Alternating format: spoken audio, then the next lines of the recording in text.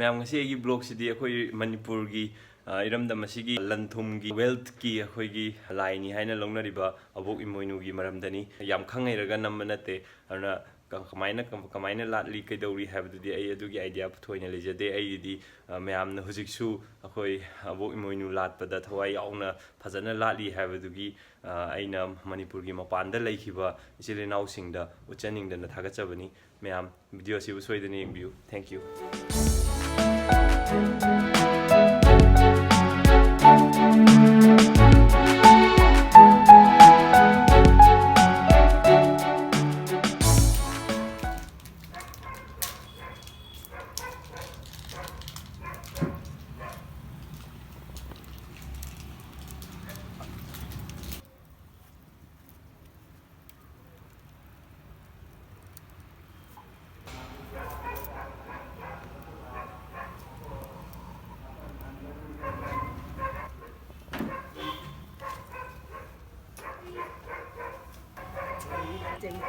整副的给我的。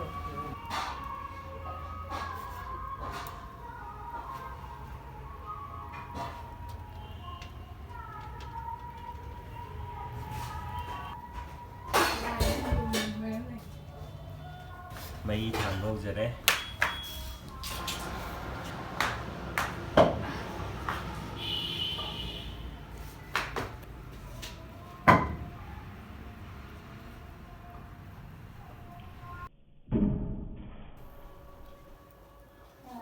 rồi dự vội mình bị mấy thằng đâu đấy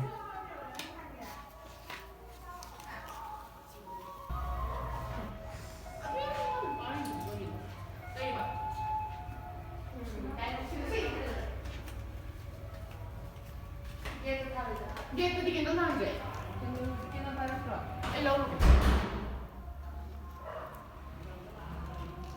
Lemme yare. ngasi dia khoi lekai da su khoi apoi moinu irat pagi candle ki ka than bu khot tawe du do ma'am dai matiam to ucharake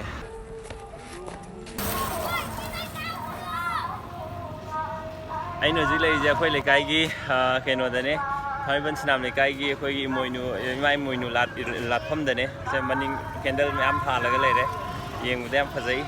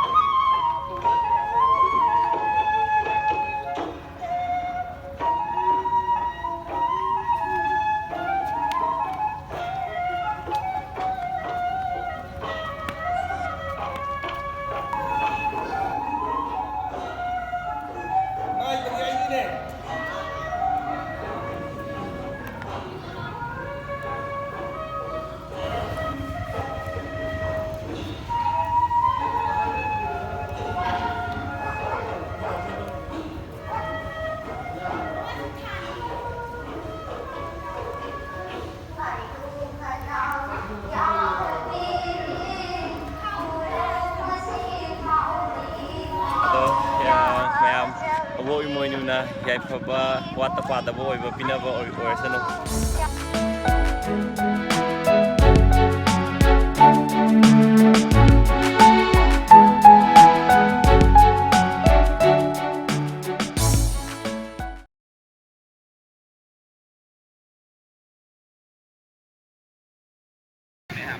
Dua bature.